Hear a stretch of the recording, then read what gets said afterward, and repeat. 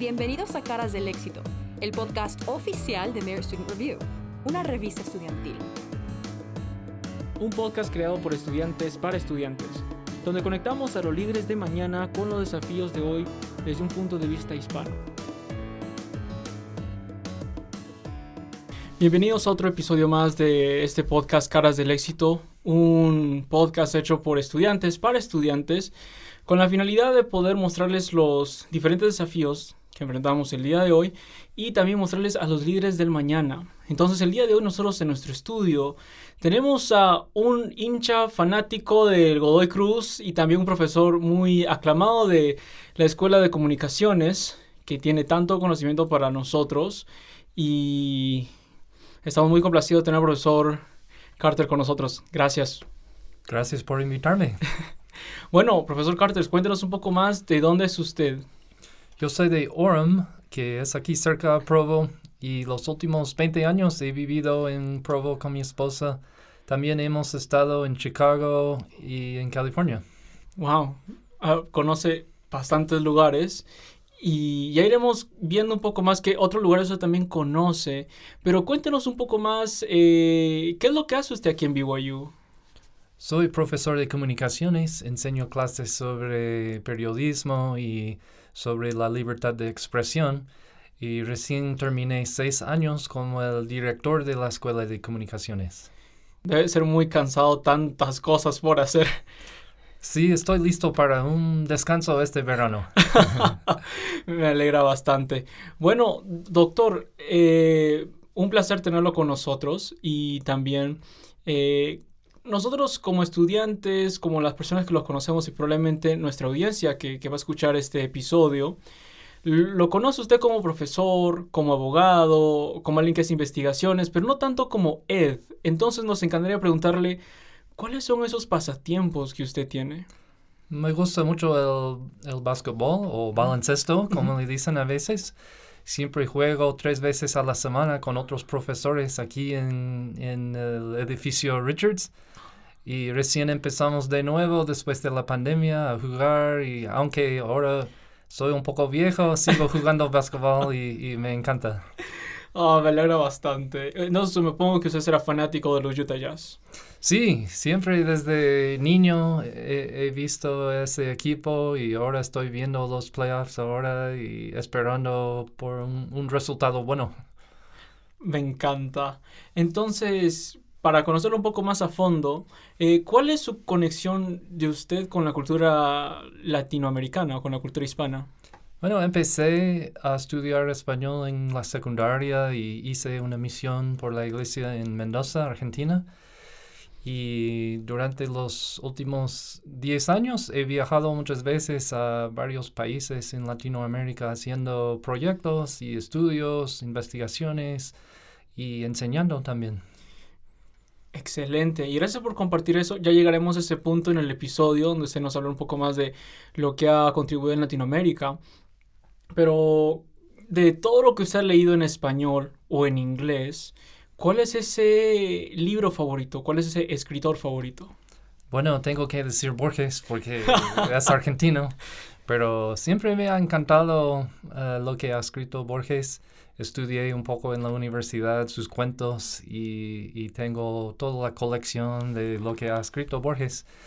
Y bueno, lo leo en español y entiendo algo y después comparo en inglés y entiendo más. Pero sí, Borges me encanta. Fui a Buenos Aires una vez visitando los lugares donde vivió Borges o el café donde estuvo y varias cosas así y fue muy lindo. Impresionante, me fascina y me alegra que te le guste Borges porque obviamente hay muchas cosas que uno puede leer, pero leer algo tan profundo, tan filosófico como Borges toma tiempo para entenderlo, aún para alguien que habla español. Ya, es un poco difícil, pero lo que me gusta, Borges es como un periodista, cuenta historias, pero son sencillas, tienen temas profundos, pero se entienden con la manera que tiene de escribir.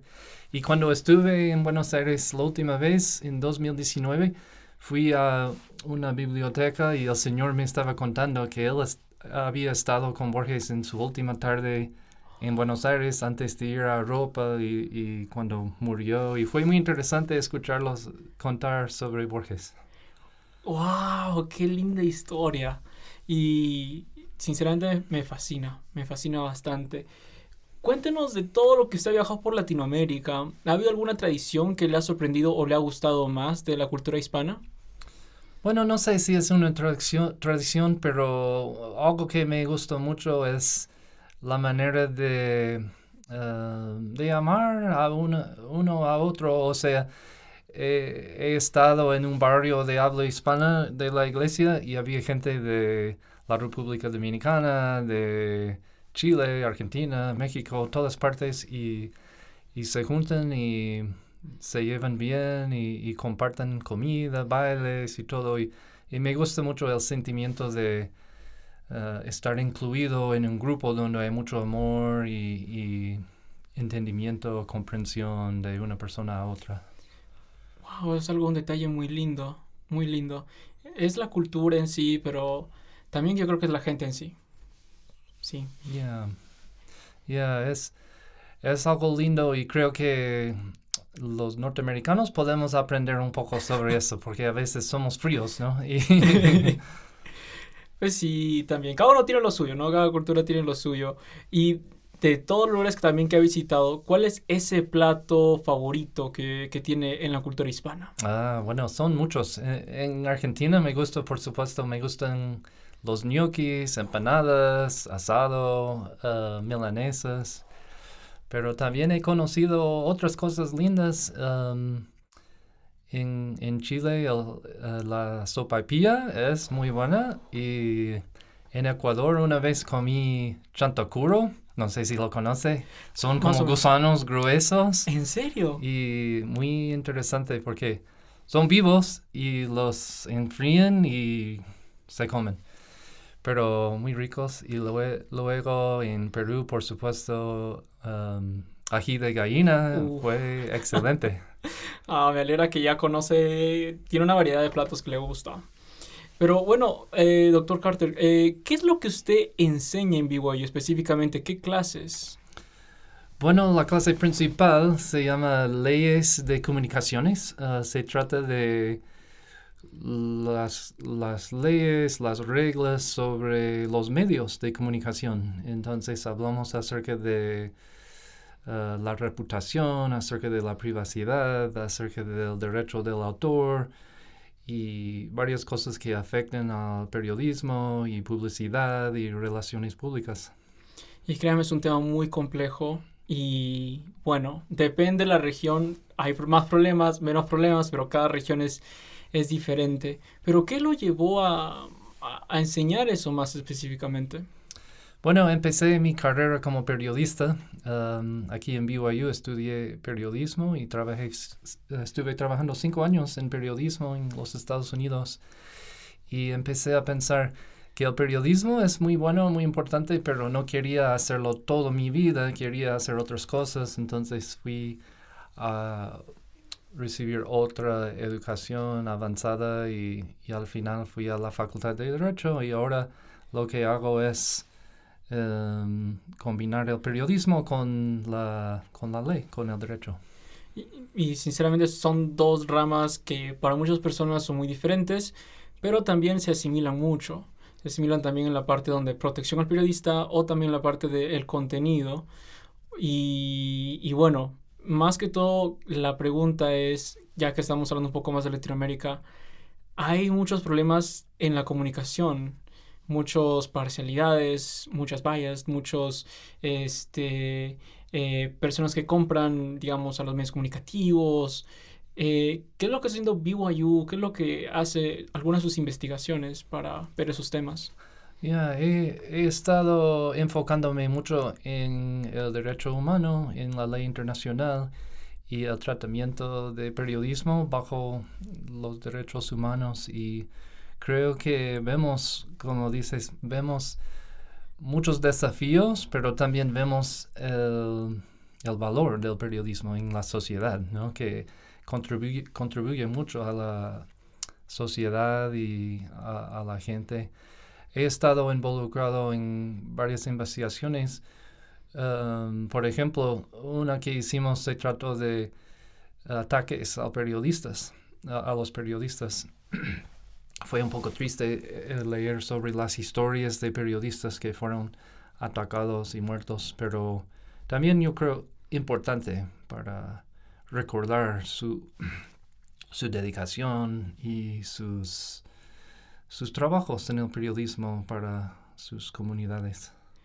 Eso es muy importante que alguien lo ha podido ver, porque usualmente esos periodistas mueren y nadie les recuerda, el gobierno no les da algún bono a las familias por la pérdida de algún esposo que murió a causa del reportaje, o no hay protección tampoco de otras terceras fuentes para que esos periodistas puedan informar de algo que es verdad y puede ser de mucho beneficio para las comunidades.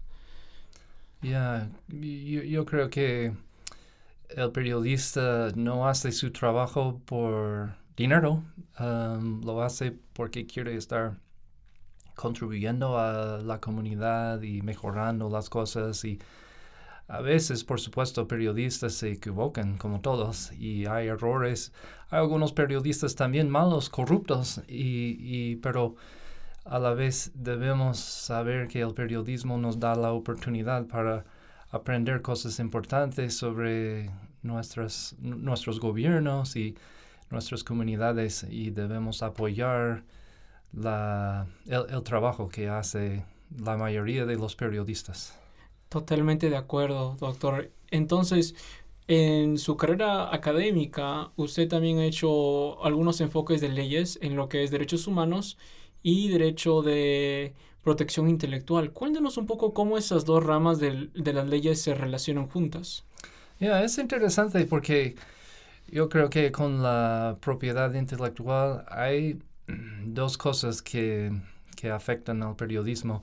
Una cosa es que como periodistas estamos siempre usando el trabajo de otras personas y tenemos que entender qué está bien, qué puedo hacer y qué no puedo hacer en esta área. Y a la vez, como productores de contenido, tenemos que también proteger nuestros propios derechos del autor. Y yo creo que para eso es importante entender bien el derecho del autor bajo la ley. Y bueno, el derecho humano es un tema también muy importante y por supuesto hay muchas cosas que están involucradas, no tan solo el periodismo, pero me he enfocado en el rol del periodismo y la libertad de expresión para facilitar otros derechos. O sea, por ejemplo, el derecho de la salud o el derecho de tener comida o agua limpia. Todas esas cosas dependen en parte del periodismo y la libertad de expresión, porque si hay un problema y el gobierno está violando derechos de la gente en alguna otra área, no lo vamos a saber si el periodismo no nos ayuda a entender lo que está pasando. Entonces yo creo que el periodismo juega un rol, tiene un papel central en todos los derechos humanos. Totalmente de acuerdo, y es un tema muy complejo porque, si mal no recuerdo, el derecho, bueno, la libertad de expresión en Estados Unidos, acorde con las leyes acá, puede que sea muy diferente en otra región del mundo, o de cómo se interpreta esas leyes. Sí, puede ser. Por supuesto, aquí tenemos la primera enmienda a la Constitución, que es famosa y ha existido ya por más de 200 años. En otros lugares, el derecho a la libertad de expresión no es tan establecido, tal vez, pero creo que en toda la humanidad hay un deseo de expresarse y de aprender cosas, de recibir información. Pienso que todo el ser humano tiene la necesidad de la expresión. Y eso es algo que sí es muy importante, porque cada persona tiene una perspectiva muy, muy importante. Y un conjunto de perspectivas, pues eso es lo que hace una comunidad tan diversa, tan efectiva, y digamos que también que ayuda de una manera a otra, pero también hay mucha controversia en eso de ¿qué es la libre expresión en sí? Porque acá hay muchas personas en ciertas regiones cercanas que no sé si en buena manera o en mala manera o en una manera tal vez algo inocente dicen, por mi libre expresión puedo decir lo que se me dé la gana. ¿Es así, no es así o cómo es? Muy, muy importante. Gracias por mencionarlo, porque he estado leyendo y pensando en eso mucho. La libertad de expresión es importante, pero no en sí. O sea, nos lleva a otra cosa.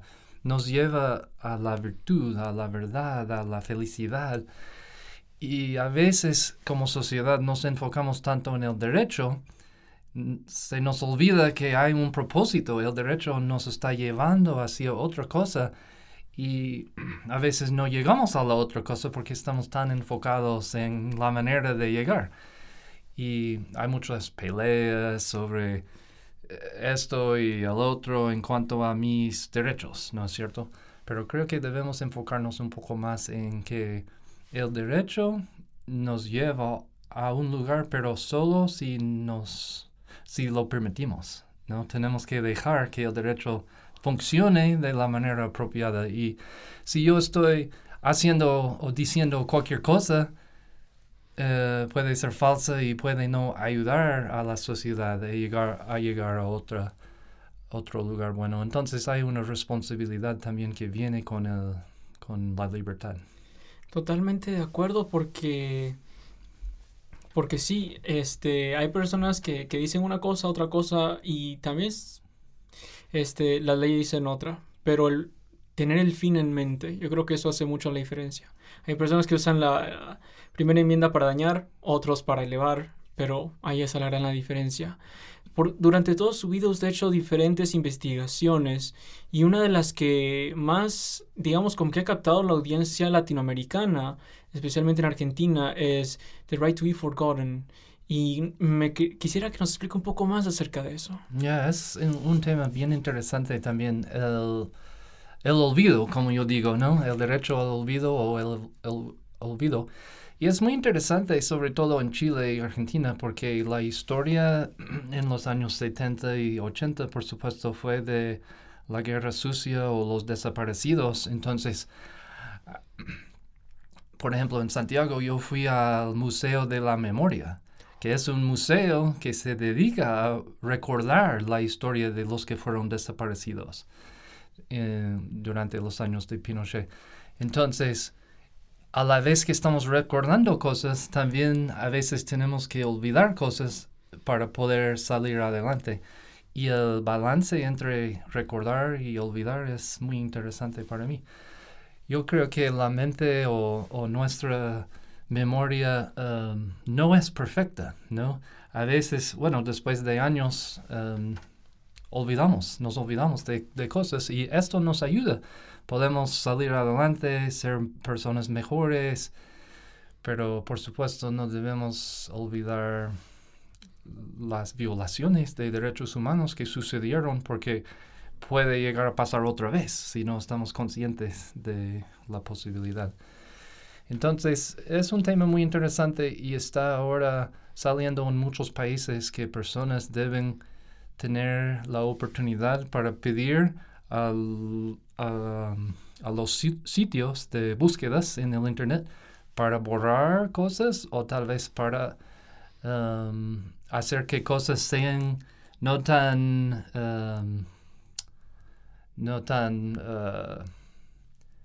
dominantes en las búsquedas, ¿no es cierto? Porque a lo mejor yo hice algo hace 10 o 20 años atrás que fue tonta, pero ahora soy mejor, me he arrepentido y empecé otra vida y quiero salir adelante, pero si alguien pone mi nombre en Google, aparece esa cosa que hice y nunca puedo salir de eso.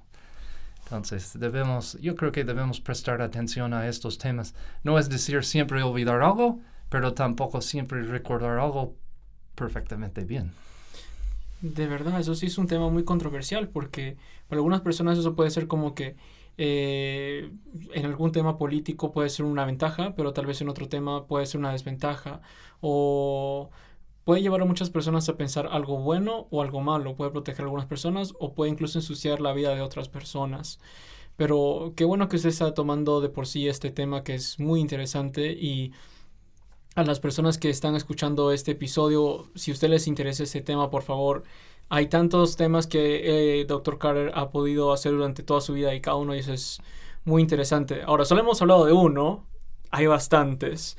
Y he tenido la oportunidad de conocer al Dr. Carter ya por más o menos unos buenos años, ¿no? Desde que ya ingresé a la escuela de periodismo, pero hay un tema que digamos como que como estudiantes usualmente no vemos, y es la vida de un profesor, la vida detrás de lo que es BYU. Y bueno, una publicación que su esposa hizo hace un tiempo atrás, en la cual ella reflejaba el amor, el cariño por su esposo. Y hubo una parte donde yo me detuve y dije, wow, no puedo entender la perspectiva de las cosas como lo entiende la familia Carter. Pero en esta publicación, su esposa dice que ustedes dos como pareja perdieron 4 hijos durante los periodos de embarazo. Cuéntenos cómo esa experiencia ha podido ayudarle a poder comprender una perspectiva más eterna de las cosas. Ya, gracias por preguntar. Primero, déjeme decir que yo creo que una de las cosas importantes como académico aquí en BYU es que puedo hacer saber a los estudiantes que soy ser humano, persona como cualquier otra, tengo desafíos, problemas, pero que también tengo fe en Jesucristo y que he podido aprender algunas cosas en cuanto a superar los desafíos de la vida y así ser tal vez un ejemplo pequeño para los estudiantes.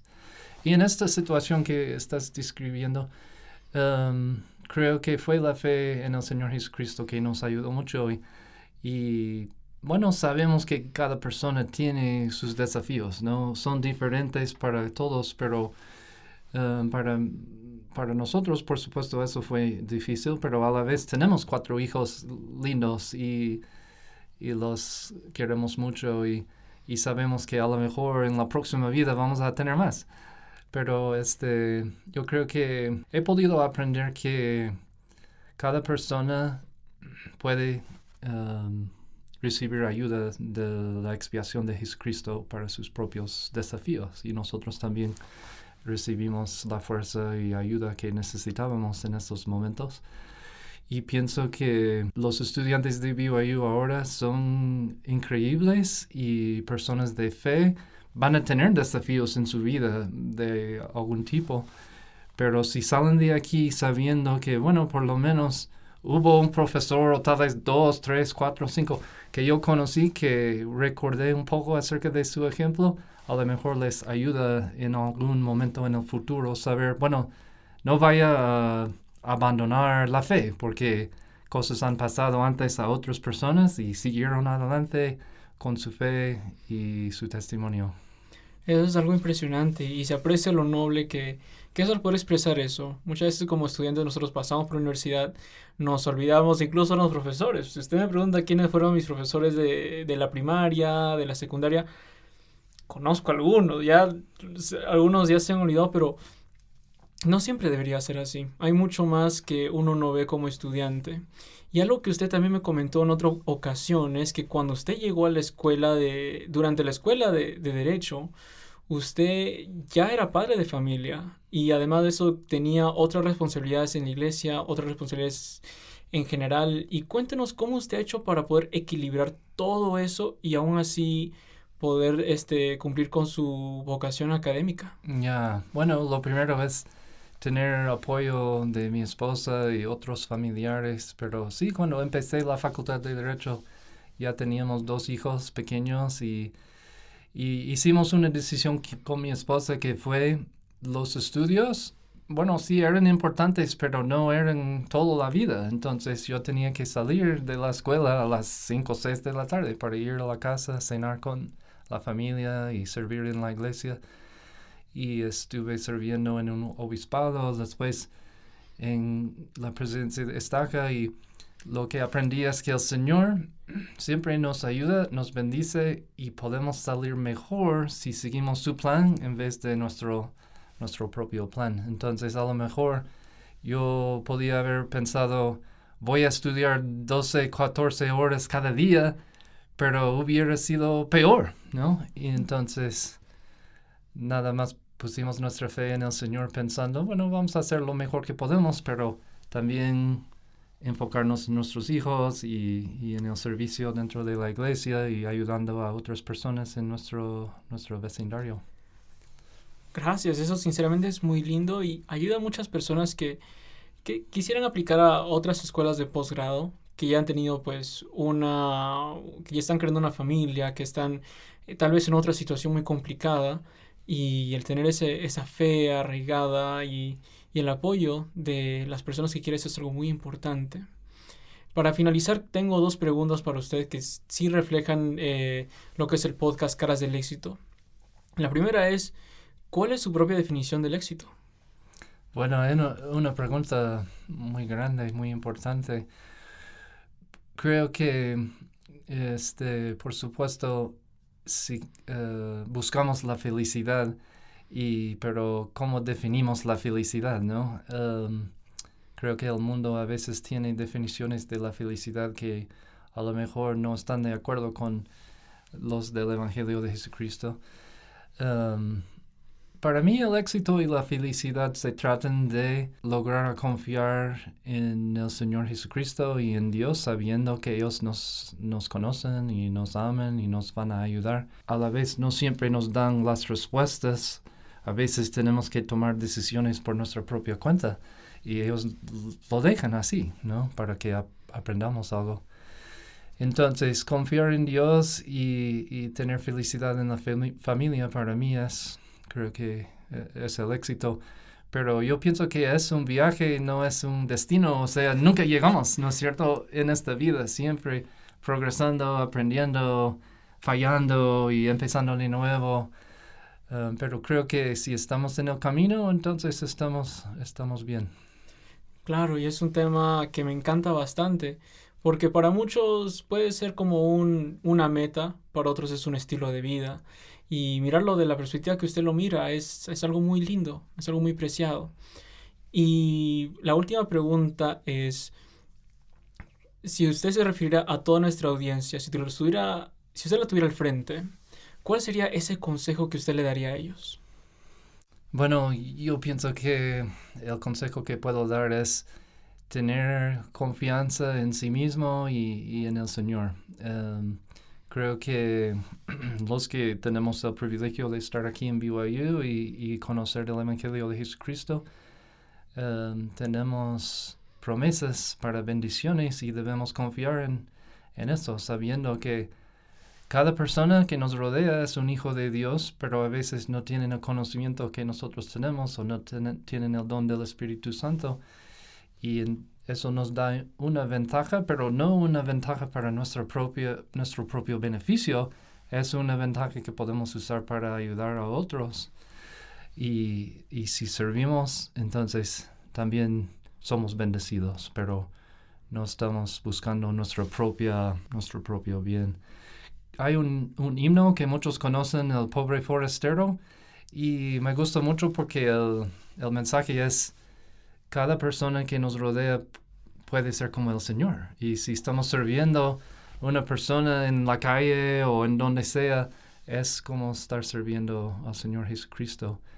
Y bueno, si hacemos esto, entonces yo creo que nuestros propios desafíos parecen ser un poco más pequeños. No, créame, no he visto esa perspectiva de las cosas. Y que cada persona puede ser un forastero que necesite ayuda. Y puede ser incluso mismo Jesucristo. Gracias por compartir toda su sabiduría, toda su experiencia. Y yo estoy seguro que nos podemos quedar horas y horas y horas conversando de todas las experiencias que usted ha tenido y lo lindo que usted recuerda Latinoamérica y la cultura hispana. Y una invitación más a todas las personas que están escuchando. Hay tantas investigaciones de Dr. Carter que han sido muy nobles y han sido beneficio de los periodistas y también de las leyes en general. Pero gracias, Dr. Carter, por acompañarnos esta oportunidad. Y eso es otro episodio más de Caras del Éxito. Nos vemos la próxima. Gracias. Si desean acompañarnos y escuchar tips de profesionales y aprender cómo ser exitosos, suscríbanse en Spotify o iTunes buscando Caras del Éxito. También nos pueden encontrar en carasdelexito.com. No se olviden de compartirlo con sus amigos, familiares y otros conocidos. Si desean ser parte de nuestro equipo, pueden mandarnos un correo a msrpodcast@gmail.com.